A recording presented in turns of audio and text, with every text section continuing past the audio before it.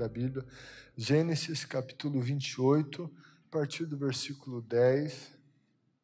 O editor deu o título desta passagem como O Sonho de Jacó em Betel, e nós vamos pensar um pouco na vida desse homem.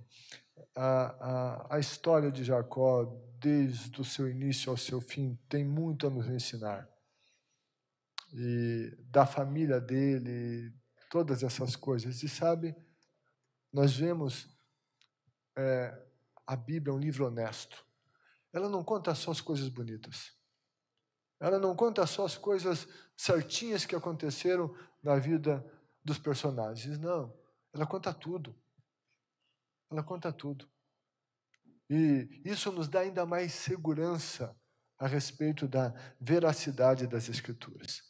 Diz assim: Jacó partiu de Berseba e foi para Harã. Chegando a determinado lugar, ele parou para pernoitar, porque o sol já se havia posto. Tomando uma das pedras dali, usou-a como travesseiro e deitou-se. E teve um sonho no qual viu uma escada apoiada na terra, o seu topo alcançava os céus, e os anjos de Deus subiam e desciam por ela. Ao lado dele estava o Senhor, que lhe disse: Eu sou o Senhor, o Deus de seu pai Abraão e o Deus de Isaque. Darei a você e a seus descendentes a terra na qual você está deitado. Seus descendentes serão como o pó da terra e se espalharão para o oeste, para o leste, para o norte, para o sul. Todos os povos da terra serão abençoados por meio de você e da sua descendência. Estou com você e cuidarei de você aonde quer que vá.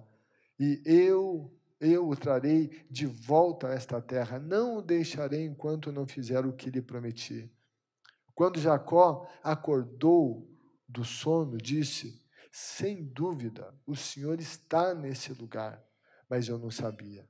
Teve medo e disse: Temível é esse lugar, não é outro senão a casa de Deus. Esta é a porta dos céus. Na manhã seguinte, Jacó pegou a pedra que tinha usado como travesseiro, colocou-a em pé como coluna e derramou óleo sobre o seu topo. E deu o nome de Betel àquele lugar, embora a cidade anteriormente se chamasse Luz. Então Jacó fez um voto, dizendo: Se Deus estiver comigo, cuidar de mim nesta viagem que estou fazendo, prover-me de comida e roupa, e levar-me de volta em segurança à casa de meu pai, então o Senhor será o meu Deus. E esta pedra que hoje eu coloquei como coluna servirá de santuário de Deus, e de tudo o que me deres, certamente te darei o dízimo. Fecha os olhos. Pai querido, lemos tua linda, maravilhosa e santa palavra. Desvenda os nossos olhos para enxergarmos as maravilhas da tua palavra. Ministra o nosso coração.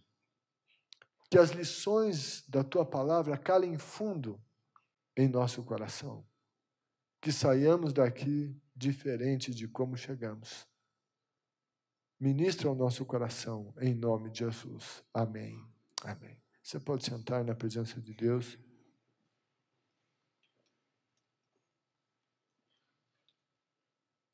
Gente, esse sonho de Jacó, esse relato que nós lemos, ele tem que ser analisado à luz dos versículos anteriores desse mesmo capítulo e do capítulo anterior. Retomando um pouquinho da história, eu não iria ler todo o capítulo anterior, todos, enfim, nosso tempo é bastante curto aqui. Mas retomando a história, Jacó, irmão gêmeo de Esaú, os dois foram gerados por bênção de Deus, Rebeca era estéril, Isaac orou insistentemente, Deus a abençoou com fertilidade e ela tinha gêmeos no seu ventre. E na hora do nascimento, Esaú nasce antes, Jacó nasce em seguida, e diz a Bíblia, agarrado no calcanhar do Esaú. E o que era estabelecido, era convencionado na época, que o primeiro filho, que o primeiro que nascesse, não sendo gêmeos ou não, mas também se aplicava a gêmeos, esse seria o primogênito. E todo o primogênito, ele tinha duas condições especiais. O primogênito que nascesse antes, ele recebia o dobro da herança dos outros. E também, esse primogênito, ele recebia uma bênção especial do pai. Então, essas duas condições eram o privilégio do primogênito. E então, Esaú nasceu antes, era esse primogênito, e Esaú era um caçador, e o Jacó era mais de casa. E a partir daqui a gente vai vendo o caráter de Jacó. E é muito interessante que os pais de Jacó deram a ele esse nome, Jacó, que significa enganador, suplantador. Então, eles viram lá que ele veio agarrado no calcanhar de Esaú e já colocaram esse nome em cima do menino. E, de alguma maneira, ele absorveu essa identidade. E o tempo foi passando, e um dia que Esaú foi caçar, na volta da caça, ele estava com muita fome. E o Jacó tinha feito uma comida, e muito cheirosa.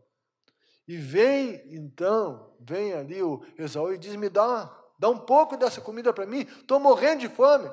O Jacó disse, só se você me vender o teu direito de filho mais velho, que era esse direito da herança em dobro. E o Esaú, muito precipitado, ele diz, tá bom, o que adianta, né, eu ter esse direito aí, eu estou com fome, o que tal que eu morro de fome, me dá aqui. E ele negociou esse direito. E isso aconteceu, ele tinha esse direito agora, e o Jacó foi legal, ele agiu legalmente, ele não agiu eticamente, não foi correto eticamente, isso seria do irmão, mas ok, legalmente ele agiu, ele comprou muito barato por um prato de comida. Erro maior do Esaú, e a Bíblia o censura por conta disso, mas enfim, isso aconteceu. O Isaac vai envelhecendo. Ele está percebendo que os seus últimos dias estão chegando, e então ele vai abençoar o primogênito. Então ele chama o Esaú e diz, olha Esaú, meus dias estão se findando, e eu quero que você vá caçar e que você faça uma carne das boas para mim. O Esaú falou, tá bom, pai, eu vou. Esaú saiu para caçar. Nisso, a Rebeca, esposa do Isaac, ouve essa história, e ela gostava mais do Jacó do que do Esaú. O Isaac gostava mais do Esaú do que do Jacó. E esses erros, e como disse a vocês, a Bíblia não esconde nada, erro sério dos pais que às vezes acabam amando mais um filho do que outro, isso sempre gera conflito. E daí ela diz a Jacó, olha Jacó, o teu pai chamou Esaú, ele vai abençoá-lo, eu quero que você seja o abençoado. Então olha, vamos nós fazemos uma comida aqui, vamos dar ao seu pai Isaque, para que ele abençoe você e não o seu irmão. Daí o Jacó disse, pois é, mas o meu irmão é diferente de mim, ele é peludo, eu não. Daí a Rebeca disse, não, mas ele não enxerga, não consegue ver que é você, a gente vai dar um jeito. E eles armaram toda uma situação aqui, e então o Jacó chega diante do Isaque, dizendo que é Esaú, e daí ele acaba roubando essa bênção. O direito do filho mais velho era uma questão mais material, herança em dobro, mas a bênção era uma questão mais espiritual.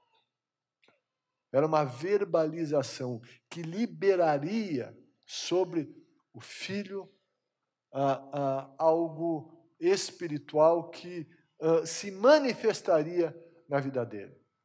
Eu quero dizer a você que é pai, que é mãe, e Deus nos deu autoridade espiritual. Nós não temos aqui a convenção do filho mais velho receber mais, não tem nada disso. Mas eu quero dizer a você que Deus nos deu essa autoridade para abençoar os filhos. E hoje, basicamente, não existe mais, eu não vejo mais isso. Mas havia uma época que chegava ao filho, a filha vinha, né? Acho que mais ou menos assim com a mãozinha, né, pastor Bíblia? Ele dizia, bença, pai, bença, mãe. Deus te abençoe, meu filho. Deus te abençoe, minha filha. Né? Isso existia, não existe mais. Mas sabe, isso espiritualmente falando era muito positivo e muito bom. Isso liberava sobre filhos bênção. Eu não estou dizendo que tem que ser nesse formato, mas eu gostaria de motivar você, pai, você, mãe, a sempre abençoar os seus filhos. Na saída deles de casa, quando está falando ao telefone, antes de despedir, abençoe seus filhos. Os pais têm autoridade espiritual para abençoá-los. Nunca esqueça de abençoá-los, de verbalizar esta bênção sobre eles. Mas, enfim, nesse caso, o filho mais velho tinha uma bênção mais especial e o Jacó e a mãe dele armam e o Isaque abençoa o Jacó. E quando ele acaba de abençoar, Jacó sai e chega o Esaú com a caça e faz lá a comida dele. E vem Isaac, meu pai, está aqui a comida que eu fiz para você me abençoar. E daí a casa cai. O Isaac viu que foi enganado, o Esaú viu que foi enganado, e daí a situação naquela família fica terrível. E então, o Esaú, ele jura ao seu irmão Jacó de morte. Jura ele de morte, diz, eu vou matar o meu irmão. Nisso, a Rebeca ouve isso e diz a Jacó, teu irmão disse que vai te matar. É uma questão de oportunidade. E então ela diz, você vai sair daqui, Jacó, e você vai para a casa do meu irmão. Você vai se casar com uma das filhas dele. O teu irmão Esaú casou com mulheres hititas e só nos trazem desgosto. E ela diz, Jacó, vai embora de casa. Se case. Vai lá até passar a ira do seu irmão. E então Jacó sai de casa, e mesmo que eles fossem uma família rica, eles fossem abastados, tivessem servos e servas, animais, nessa condição, o Jacó teve que sair depressa.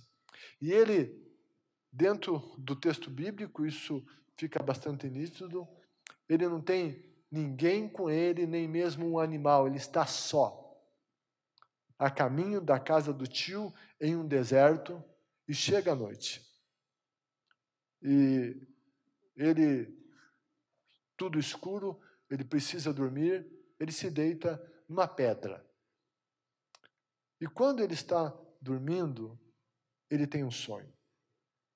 Ele tem um sonho e ele vê uma escada que liga céus, o céu à terra. E vê anjos subindo e descendo naquela escada.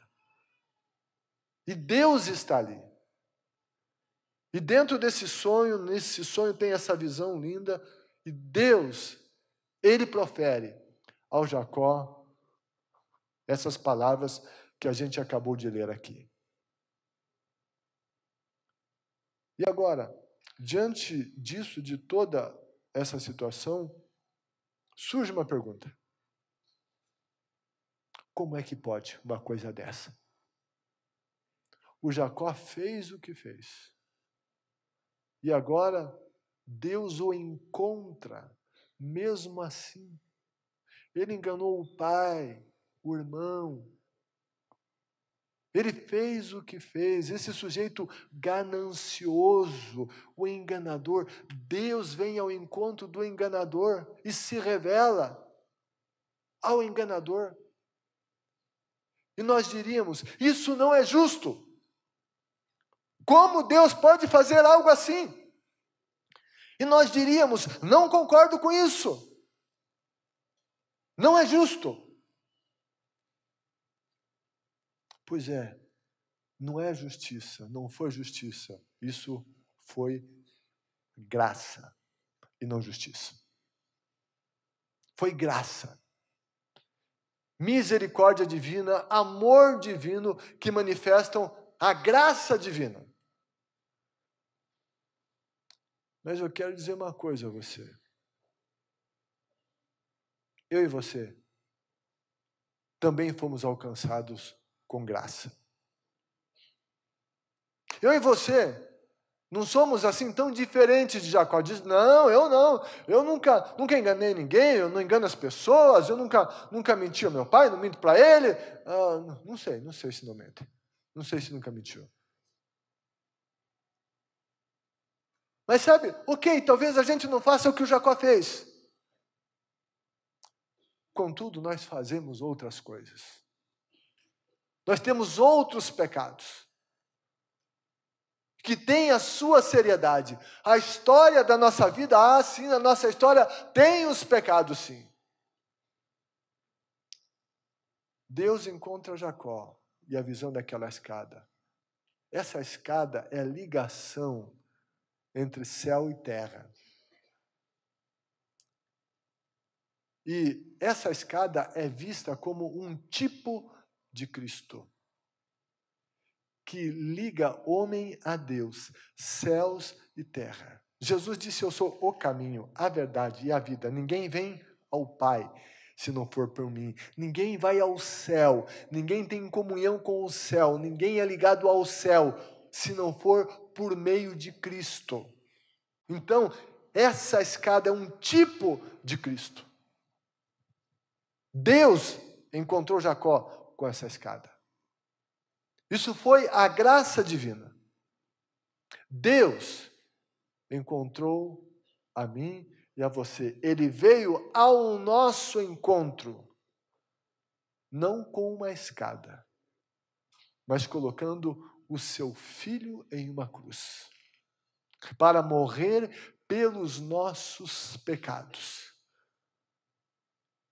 Isso é a graça maravilhosa, a graça inexplicável.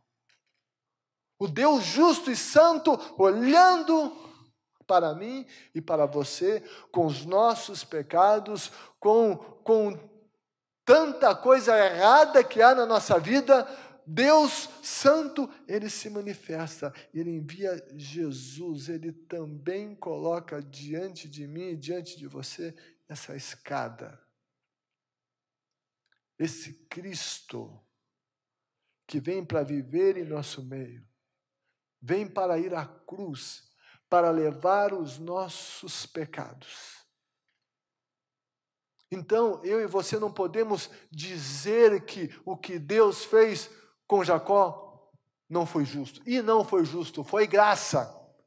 Mas da mesma maneira, o que Deus fez conosco enviando Jesus não foi justo, foi graça, não foi justiça humana, foi graça divina. E a justiça divina que teria que recair sobre nós, recaiu sobre Cristo. Deus é quem fez isto. Isso é graça, isso não é mérito. Livro de Efésios, capítulo 2, versículos 8 e 9, vai dizer: porque pela graça vocês são salvos, por meio da fé. Isso não vem de vocês, isso não vem de vocês, isso é dom de Deus, isso é um presente de Deus, não vem de obras para que ninguém se glorie. O que a Bíblia está dizendo é que ninguém merece salvação. Salvação não é uma conquista por méritos pessoais. Salvação foi conquistada por Jesus a nosso favor, não por nossos méritos, mas pelos méritos de Cristo.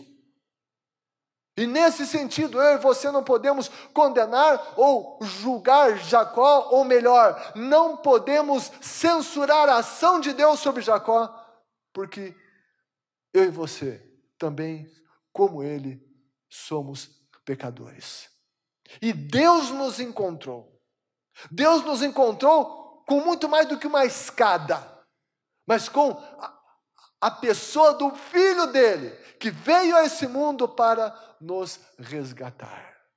Isso foi manifestação de graça. Eu sempre faço comentário de definição de graça, que há várias definições de graça, e eu já li em alguns dicionários, em alguns comentários, 2, 3 folhas de letra pequena, falando sobre graça, e isso tudo é lindo, mas eu gosto de uma definição simples, mas que é bastante ampla. A graça é favor imerecido. E vale a reflexão de que há uma redundância aqui, já que a favor não se merece, mas a redundância fortalece o conceito. Um favor imerecido, isso é graça. Nós não merecemos graça. É o presente de Deus. E o que o Jacó fez diante dessa manifestação da graça divina? Eu quero dizer a você que Jacó até então não tinha nenhuma experiência com Deus. E que essa não foi a única experiência com Deus. E eu também vou dizer a você que não foi só essa experiência que mudou totalmente a vida de Jacó. E que aqui ele ficou já 100% mudado. Mas foi a primeira experiência dele com Deus. E que as coisas começaram a mudar. E que ele começou a perceber a vida e, sobretudo, Deus de maneira diferente. Mas o que ele fez com essa oferta da graça? Sabe, Jacó podia duvidar. Ele podia dizer, eu tive esse sonho aí, mas acho que é porque, acho que na noite anterior lá, eu comi alguma coisa, está meio indigesta aqui, por isso que eu sonhei isso. Não. Ele podia tentar racionalizar o sobrenatural. Mas ele não fez isso. Ele podia dizer o seguinte também: não, eu acho que não, porque eu não mereço. Como é que pode? Eu fiz o que fiz agora, vem esse sonho, será que é Deus mesmo? Acho que não. Eu não mereço, não sou digno. Sabe, o Jacó não merecia e não era digno. Mas sabe o que o Jacó fez? Sabe como ele respondeu à manifestação da graça divina? E agora eu vou começar a falar sobre a maneira de responder à graça. Primeiro falei da graça, agora como responder à graça. Ele recebeu essa graça abraçando-a. Ele aceitou a graça. Ele não ficou olhando se ele merecia ou não a graça, essa manifestação. Ele sabia que não merecia. Ele não ficou questionando essa manifestação da graça, porque não tem como questionar. A graça é maravilhosa demais, ela é incompreensível. Ele simplesmente aceita, recebe e abraça a graça divina. Como eu e você respondemos à graça divina? A graça divina se manifesta por meio de Cristo a nós. E o que a gente faz com a graça? Será que nós a temos recebido? Ou será que a gente fica questionando e tentando racionalizar essa obra redentora de Cristo? Por que é assim? Por que é aquilo? Por que aquele outro, sabe? Não dá para questionar. É uma questão de receber. Talvez alguns digam, não, mas olha, isso Deus, essa bondade toda não é para mim, eu não mereço. Mas não merece mesmo, nós não merecemos a graça. A graça é favor. Quem sabe alguns dizem, não, olha, eu vou aceitar Jesus, eu vou começar a andar Jesus, depois que eu der uma melhoradinha na vida. Tem que acertar uns negocinhos aí, dar uma arrumada na vida, daí sim eu vou bater um papo com Jesus lá e ver o que acontece. Isso também é duvidar da graça, isso é não abraçar a graça, isso é buscar méritos pessoais para se aproximar de Deus. Não é assim. Graça tem que ser abraçada, tem que ser aceita. Graça nunca é merecida. E diante da manifestação da graça divina, o que nos cabe é simplesmente aceitar e abraçar. O Jacó não duvidou. Ele disse, inclusive, sem dúvida, o Senhor está nesse lugar, mas eu não sabia. Sem dúvida. Ele abraçou a graça e ele creu na graça. Ele creu. Ele não teve dúvida que era a manifestação da graça. E ele abraça a graça. Ele responde à graça divina com fé, acreditando na graça. Pela graça, vocês são salvos por meio da fé. Eu creio na graça. Eu creio em Jesus como único caminho. Ele respondeu abraçando a graça com fé. Quando nós, de fato, recebemos a graça, acreditamos na graça, as respostas vêm. O receber e o acreditar já é uma resposta à graça divina. Mas o Jacó continuou com a sua resposta à manifestação da graça divina. E ele teve aqui alguns comportamentos muito interessantes, algumas ações muito interessantes. Versículo 18 diz, na manhã seguinte, Jacó pegou a pedra que tinha usado como travesseiro, colocou-a em pé como coluna e derramou óleo sobre o seu topo. Talvez quando a gente olhe para essa afirmação bíblica do que o Jacó fez, a gente não veja muita coisa, mas o Jacó tinha uma longa caminhada até Harã. Muito longa. E uma das coisas que todo viajante levava consigo era azeite. O azeite era muito usado, tanto como alimento, como remédio. Eles usavam azeite em ferimentos.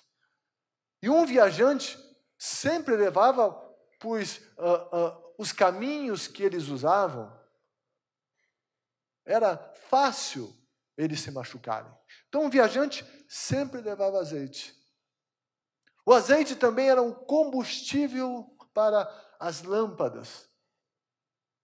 Ou seja, com ele, eles podiam ter luz durante a noite. Agora, diante dessa manifestação, quando Jacó acorda, lembra do sonho, ele acredita na graça. Ele diz, sem dúvida alguma, que Deus está aqui. Ele abraça a graça, ele a recebe, crê nela. Então, essa pedra que ele havia deitado sobre ela, ele a coloca em pé.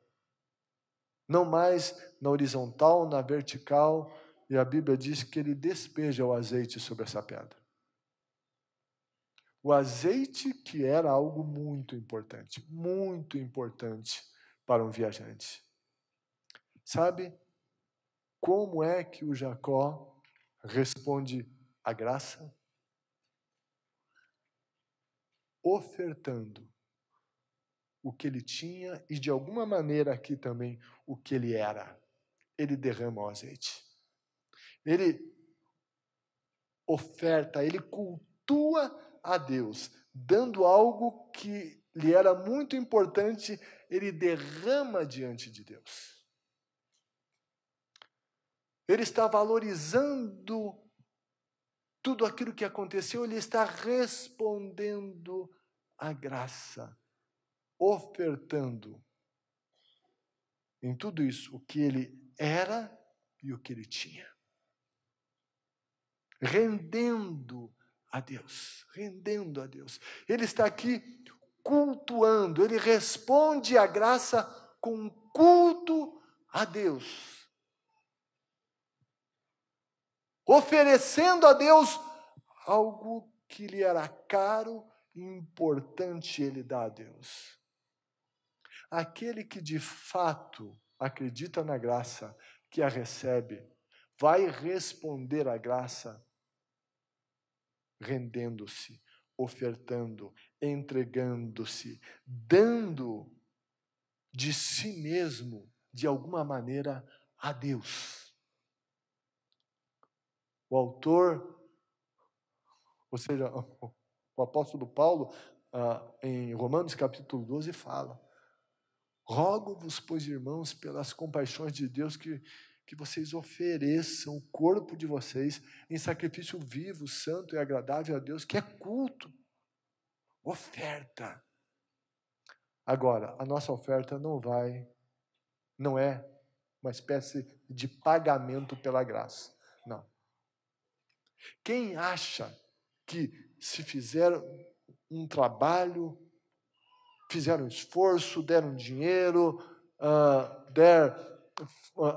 realizar uma obra muito especial, de missões, ou vai não sei aonde, e está aqui na igreja, faz alguma, que isso vai ser um pagamento da graça? Não. Graça não tem preço. Nada o que a gente faça vai pagar a nossa salvação. Nós não conseguimos fazer nenhum pagamento a Deus. Alguém já disse que ninguém vence a Deus no dar. Ele deu o Filho dele. Ele nos deu a salvação. Ele nos deu a vida eterna. Ele nos dá o céu. Nos livra do inferno. Ninguém vence a Deus no dar. Não tem como pagar isso. A graça e tudo que ela manifesta a nós. Contudo, esses recebedores da graça, que de fato a recebem, eles ficam constrangidos por essa graça. E a Bíblia diz que o amor de Cristo nos constrange. E esse constrangimento, reconhecimento da grandeza da graça divina, sabe, fatalmente, se isso é realidade dentro de nós, isso vai nos levar a oferecer, a ofertar o que somos e o que temos. A gente tem respondido à graça como Jacó respondeu? Abraçamos, aceitamos, acreditamos nela, e o que mais? Aquele que de fato abre o coração e contempla a grandeza da graça, desculpa, não fica quieto, inerte, sem fazer, sem oferecer nada. Ele faz alguma coisa por amor, não por obrigação. Porque ele contempla tudo que Deus lhe fez. É o que o Jacó está fazendo aqui. ele está agradecendo, ele está oferecendo. Será que de alguma maneira a gente tem oferecido a Deus algo importante? Do que temos, do que somos, do nosso tempo, do nosso dinheiro, do nosso investimento em pessoas, no reino de Deus. A gente tem feito alguma coisa?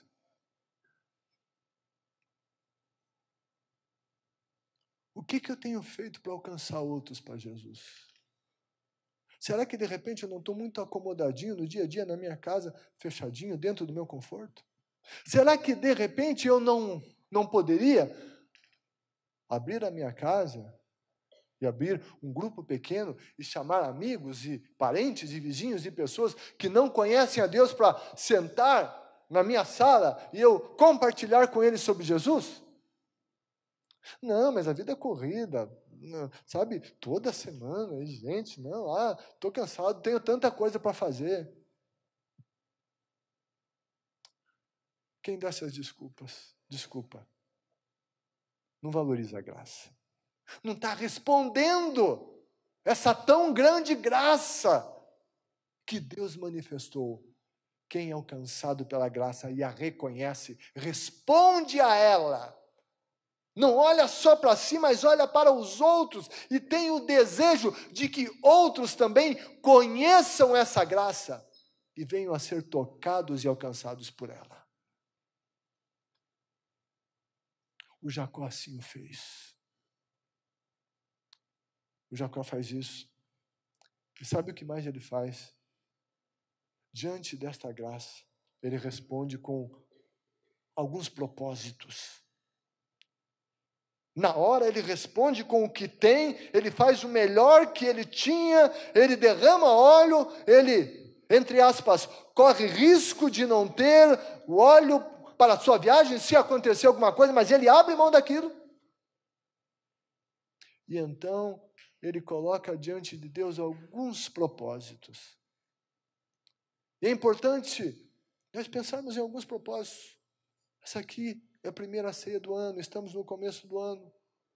E começo do ano, geralmente a gente olha para frente, tem os propósitos de começo de ano, que a maioria não cumpre, né? Mas alguns cumprem. Mas esse é um bom momento para a gente pensar em alguns propósitos na nossa vida. E o Jacó, aqui, ele colocou alguns propósitos. Diz a Bíblia, então, Jacó fez um voto dizendo. E aqui, como disse a vocês, é o primeiro encontro de Jacó com Deus. Por assim dizer, aqui ele está novíssimo na fé. Não tem conhecimento amplo das coisas de Deus. Está aqui na sua primeira experiência, mas ele diz algumas coisas muito significativas. Ele diz, se Deus estiver comigo, cuidar de mim nesta viagem que estou fazendo, e prover-me de comida e roupa, e levar-me de volta em segurança à casa de meu pai. Então o Senhor será o meu Deus, e esta pedra que hoje eu coloquei como coluna servirá de santuário de Deus, e de tudo o que me deres, certamente te darei o dízimo. Esse homem, diante da graça divina, responde com propósitos. E quando nós lemos essas palavras de Jacó, a gente vê que as coisas começam a mudar na vida dele.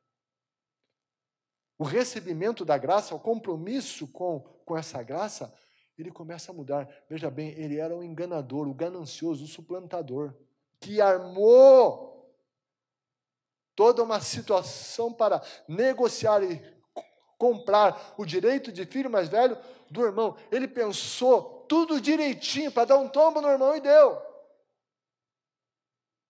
E o Esaú vendeu esse direito. Sabe, o Jacó era o cara ganancioso que queria tudo. Mas agora, é claro, em função da situação em que ele estava, mas também por conta desse encontro com Deus, os valores dele começam a mudar. Ele não está mais pensando aqui em todo o dinheiro do mundo, não. Ele não está buscando agora muita grana e ficar rico e conquistar o de todos, não. Agora ele está pedindo roupa, comida e segurança.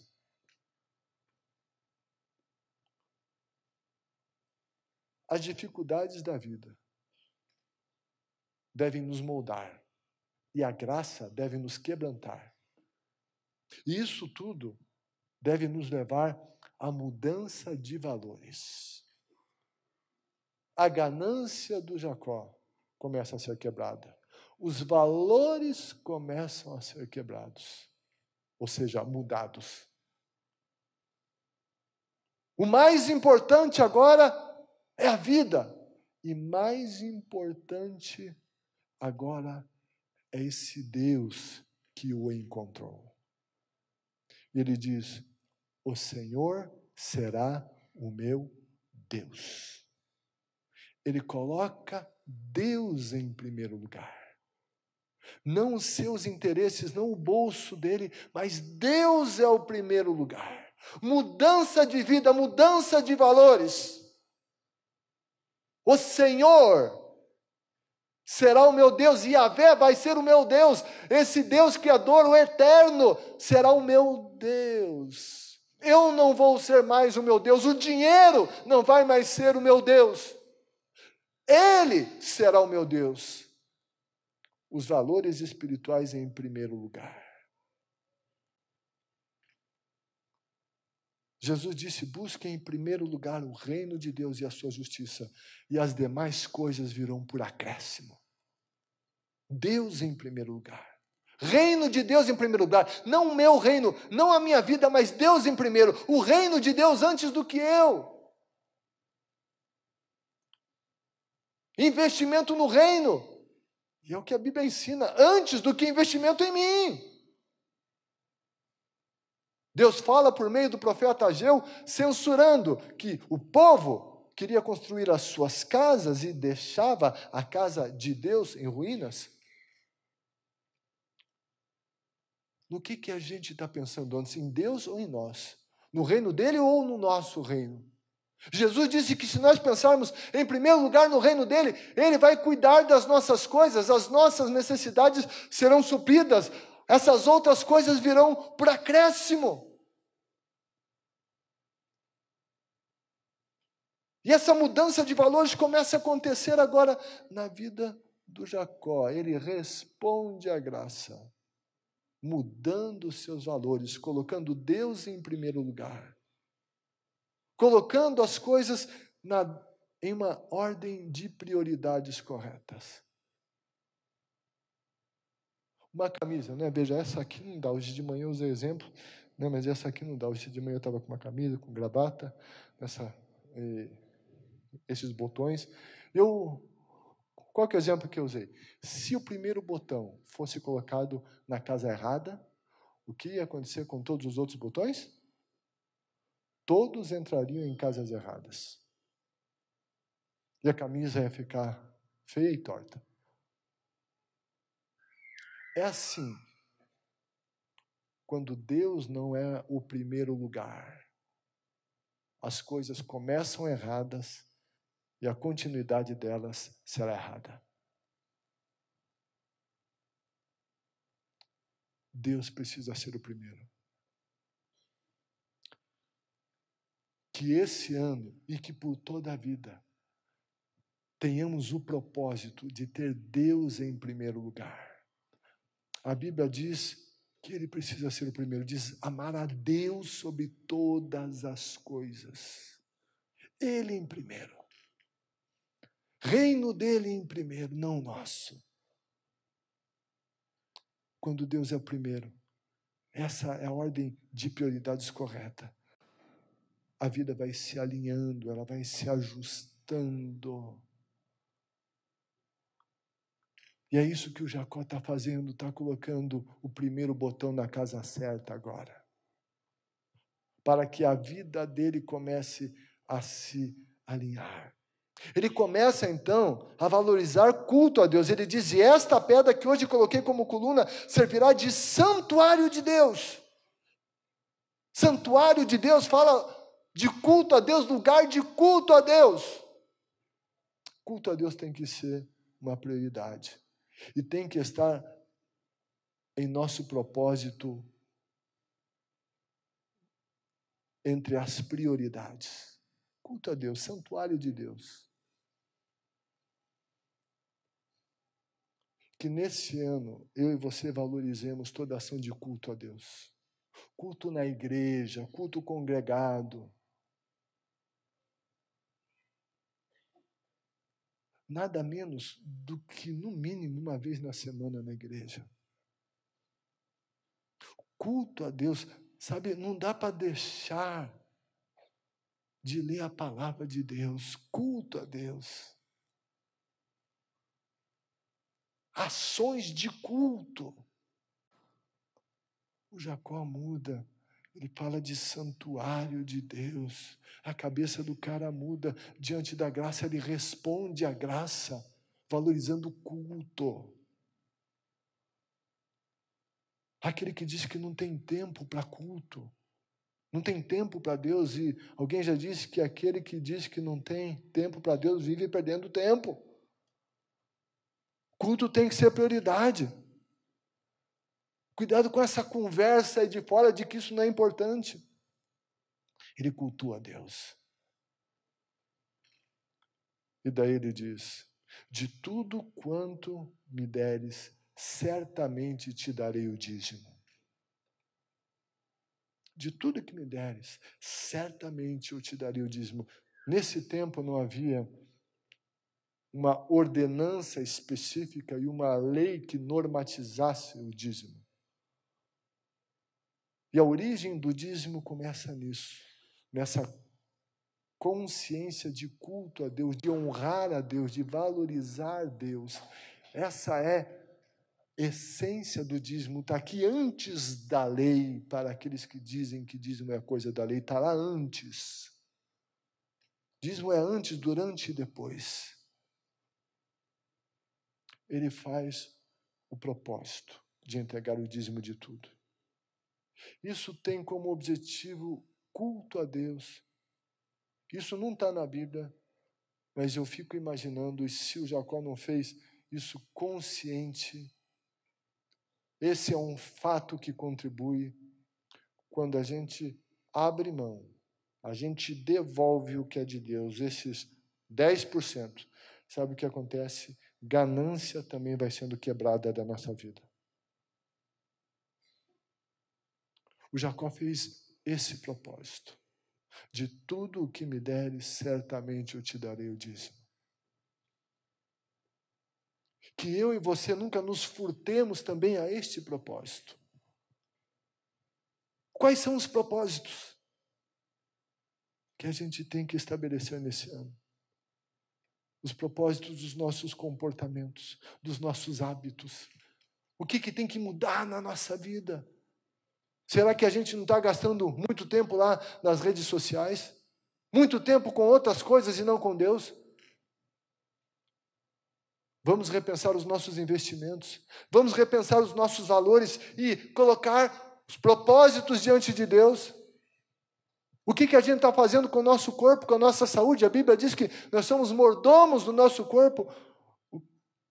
Será que a gente não tem que estabelecer algumas coisas? Eu não estou dizendo que todos esses propósitos têm que ser com Deus. Tá? A maioria dos meus propósitos são comigo mesmo. Alguns com Deus, mas, enfim, estabelecer os propósitos. O que o Espírito Santo, quem sabe, esteja mexendo conosco e nos pedindo para estabelecermos como esses propósitos? O que ele tem dito? Quando nós fazemos esses propósitos, nós também, de alguma maneira, estamos respondendo à manifestação da graça.